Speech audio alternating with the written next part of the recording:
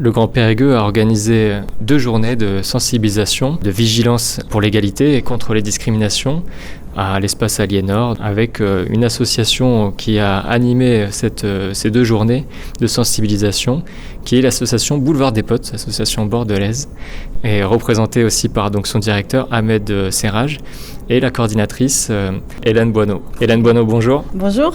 Donc le Boulevard des Potes, association bordelaise qui s'est créée en quelle année ? Alors le Boulevard des Potes, donc c'est créé en 1991, donc sur le quartier Capucin, pour ceux qui connaissent à Bordeaux, depuis 1992, toujours dans les mêmes locaux. Mais qui déjà depuis les années 80 avec Touche pas mon pote. Oui, alors l'association Boulevard des Potes n'était pas créée. J'expliquais ce matin que c'est le Boulevard des Potes, c'est une émergence de ce mouvement antiraciste qui est né suite à la marche pour l'égalité contre le racisme de marche de 1983. Il y a eu donc l'émergence d'un mouvement antiraciste porté par la jeunesse, et notamment la jeunesse issue d'immigration, voilà, première, deuxième, troisième génération. Et voilà, mais le boulevard donc émerge de cette histoire-là, de ce combat-là, mais il a été créé localement en 1991 à Bordeaux. On peut dire d'abord que la discrimination est un délit et c'est passible d'amende et de peine de prison. Oui, c'est un délit qui est inscrit dans le code pénal et qui est passible de 3 ans d'emprisonnement et 45 000 € d'amende. Et quand on est établissement en soins du public ou du service public, puisqu'on se doit d'être exemplaire, la peine monte à 5 ans d'emprisonnement et 75 000 € d'amende. Et pour du harcèlement, c'est réduit, c'est à 2 ans et 30 000 € d'amende. Donc tout ça pour dire que c'est inscrit dans la loi depuis 2001. Et puis il y a eu plusieurs modifications ensuite pour ajouter des critères en 2008, 2012, etc. Mais donc ces discriminations, on peut porter plainte. Et à qui on porte plainte ? Alors, pour porter plainte, il faut aller au poste de police, voilà. Mais après, on peut se faire accompagner par des associations, évidemment. C'est même recommandé parce que c'est pas évident d'y aller seul. Donc pour rester en justice, par contre, alors là on est encore sur autre chose, mais pour qu'une association puisse rester en justice, il faut qu'elle ait dans l'objet de ses statuts la lutte contre les discriminations. Il faut qu'elle ait au moins 5 ans d'existence. Donc vous avez différentes assos comme SOS Racisme, SOS Homophobie, ou même nous, Boulevard des Potes, ou le CIDF, ou voilà, qui pourraient rester en justice.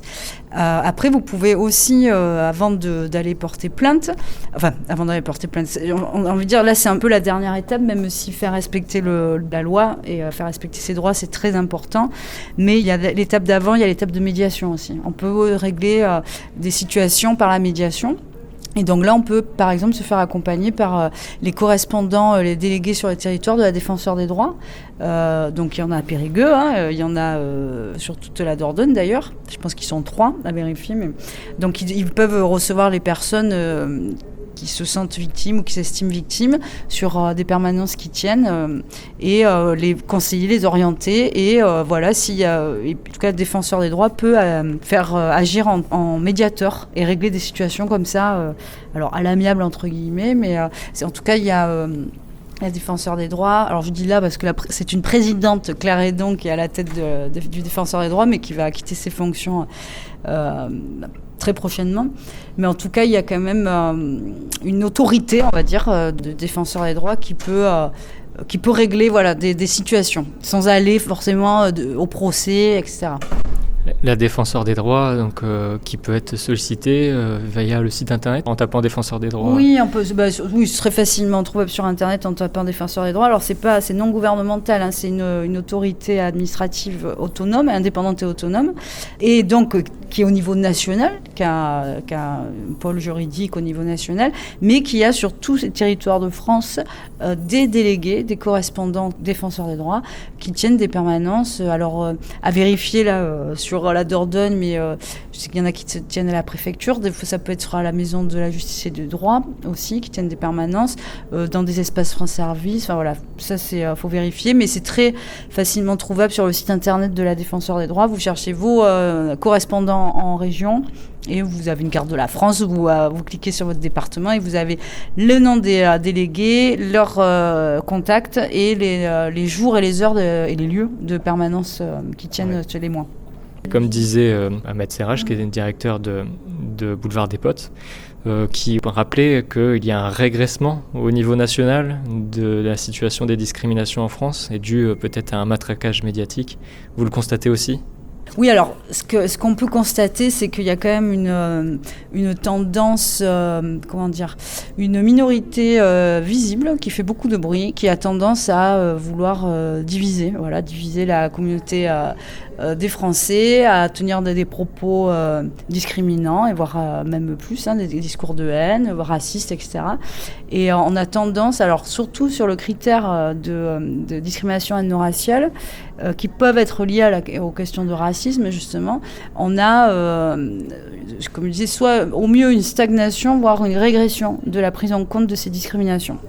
Voilà, depuis plus de 20 ans, on avance et on a avancé sur la prise en compte de certains critères, et notamment de la question de l'égalité homme-femme est un mieux, la question du handicap, même si encore aujourd'hui les personnes en situation de handicap sont fortement discriminées, mais en tout cas dans la prise en compte collective, la prise de conscience collective sur la question LGBT++, etc.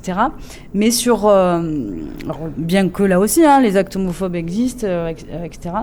Mais sur les questions de discrimination ethno-raciale, on est dans une forme de déni où on a du mal à faire avancer cette cause-là, parce que déjà on a du mal à en parler et à reconnaître que ces discriminations existent, parce que ça renvoie à notre histoire commune aussi, qui n'est pas toujours très glorieuse, et il y a un travail à faire sur ces sujets-là qui n'est pas... apparemment, ça manque de volonté, en fait. La situation n'est pas encore apaisée, et même on rajoute de l'huile sur le feu avec les réactions diplomatiques avec les différents pays. Aussi, ouais. Mais alors, ça a un impact aussi sur l'économie, car vous rappeliez une étude de France Stratégie qui annonce un montant total, avec plusieurs scénarios, un montant du coup que ça impacte sur la société en termes d'emploi, de logement, de santé mentale. Oui, qui s'élève à combien ? Alors en fait, ce qui est intéressant... Vous citiez 310 milliards d'euros sur ce coût global. À gagner, ça serait à gagner sur le PIB. En fait, ce qui était intéressant avec cette étude qui était sortie en 2016, c'était que c'était la première fois qu'on essaie d'évaluer le coût économique des discriminations. Jusqu'à présent, c'était un peu tabou, mais ça a arrangé tout le monde, parce que finalement, ce qu'on ne nomme pas n'existe pas, quelque part. Et là, avec cette étude de France Stratégie, c'est venu objectiver aussi que les discriminations avaient un coût, et avaient un coût économique, avaient un coût social aussi. Parce que effectivement, sur la cohésion sociale, ça a un fort impact. Et donc voilà, donc la France Stratégie avait élaboré 4 scénarios en s'appuyant sur les critères de l'origine, du lieu de résidence et du genre, et avait imaginé donc 4 scénarios. On va dire le scénario 1, c'était le plus facile à mettre en place et le plus à court terme, on va dire, et le scénario 4, c'était celui qui demandait plus de temps, qui était, alors c'est pas que c'est le moins facile, mais c'était ce qui, on agit là sur les systèmes, donc ça prend plus de temps, on agit sur l'éducation, sur les représentations, etc. Et effectivement, c'est assez impressionnant, parce que dès le scénario 1, on gagnait sur le PIB. Dès le début. Dès le départ, en fait. Parce qu'en fait, quand on discrimine, on se prive de compétences, on se prive de talent, alors que ces personnes, on les a formées. La société a mis un coup, a investi dedans, si on ose parler comme ça. Alors, c'est un peu, quand on parle de discrimination, c'est important quand même de dire qu'avant tout, c'est une question du respect du pacte républicain, parce que c'est le pilier de l'égalité qui est remis en question. C'est aussi remettre la confiance dans les institutions, dans la cohésion sociale, donc ça, c'est primordial, mais... Effectivement, des fois, l'argument économique, il peut faire sens, notamment pour les entreprises. Et donc, il y a eu, ces dernières années, des études qui ont été faites sur justement la perte de performance des entreprises qui discriminaient. Et notamment en termes d'image, parce qu'aujourd'hui, les jeunes sont de plus en plus exigeants avec ces questions-là aussi. Et une entreprise qui aurait des pratiques discriminatoires, ils vont tourner le dos. Et ça, les entreprises ont compris, parce que, quand je dis entreprises, souvent on parle de grosses entreprises, mais... il y a quand même un pragmatisme qui est à l'œuvre, et du coup, quand on perd de l'argent, c'est peu éventuellement amener certaines entreprises à se mobiliser sur ces questions-là. Même si l'argument premier, ça ne devrait pas être celui-là, on est d'accord. Hein, mais Un boycott peut se mettre en place, c'est sûr, sur des pratiques non éthiques. Alors, du point de vue législatif, qu'est-ce qu'on pourrait faire ? Est-ce que vous faites un travail de plaidoyer aussi ? Oui, tout à fait. Alors, en fait, les lois, elles existent. En fait, ce qu'il faudrait, c'est qu'on les fasse marcher, ces lois, en fait, tout simplement. La discrimination, elle est interdite. C'est un délit, on l'a dit. Elle s'inscrit dans le Code du travail aussi, etc. Donc, en fait, tout le dispositif législatif, on l'a. Maintenant, il faut le mettre à l'œuvre, j'ai envie de dire. Et judiciairement, il n'y a pas aussi le budget aussi, peut-être.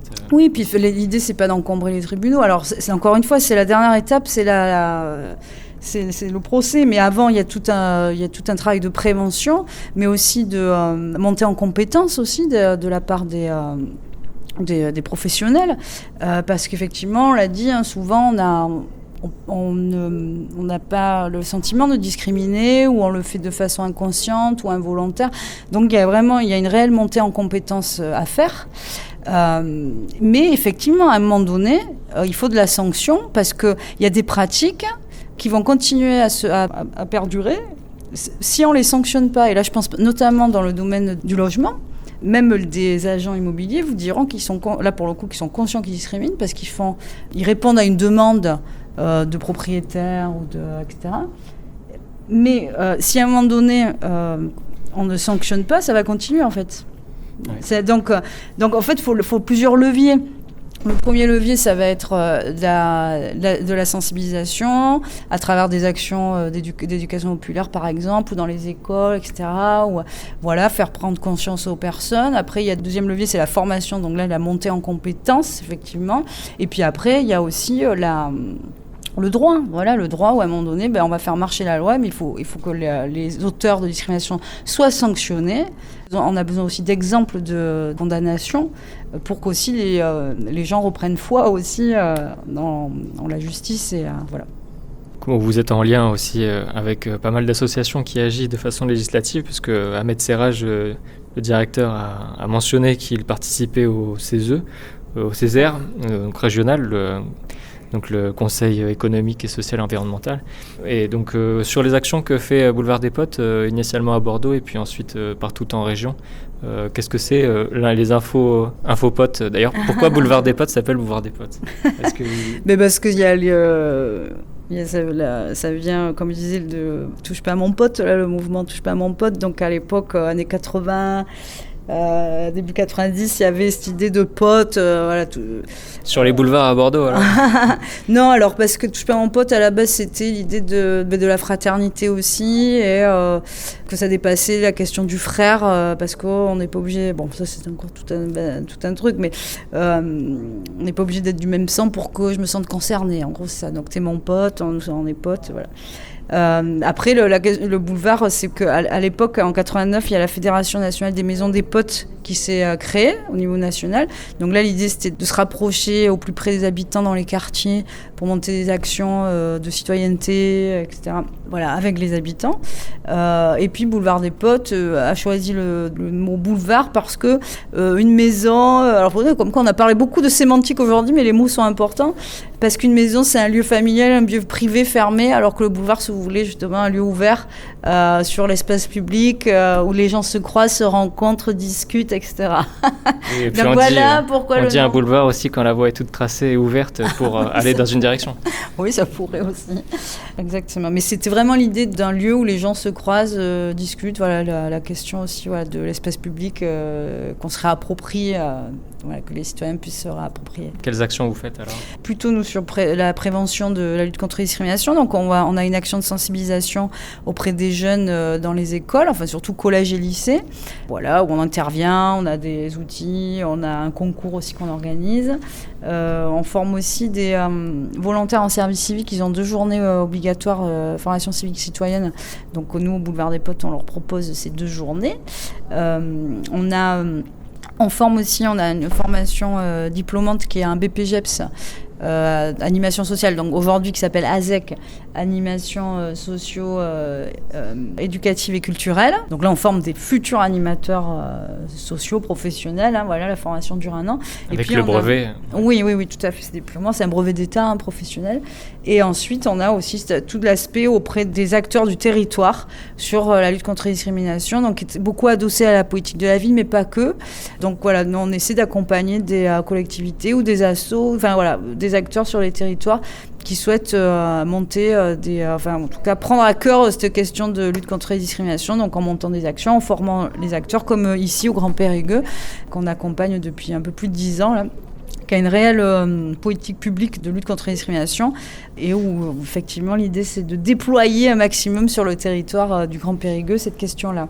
Et donc nous on aide aussi ces collectivités ou d'autres structures à maintenir cette question de la lutte contre les discriminations toujours efficiente, enfin tant bien que mal on va dire, parce que c'est jamais simple, mais en tout cas, l'idée c'est que ça soit pas qu'une mode, ou que ça ne repose pas que sur un acteur. Voilà, on essaie d'accompagner au mieux, les acteurs pour que cette question soit maintenue, parce que c'est quand même au cœur du service public. C'est vrai qu'on le dit pas, on le dit peut-être pas assez souvent, mais le principe du service public, c'est quand même l'égalité de traitement. Donc, c'est le corollaire de la lutte contre les discriminations. C'est dans la devise, dans la constitution de notre pays. Liberté, égalité, fraternité. Merci Hélène Bonneau, coordinatrice du Boulevard des Potes et qui réalise une formation pour le réseau de vigilance pour l'égalité et contre les discriminations au Grand Périgueux le 11 et 12 juin 2026.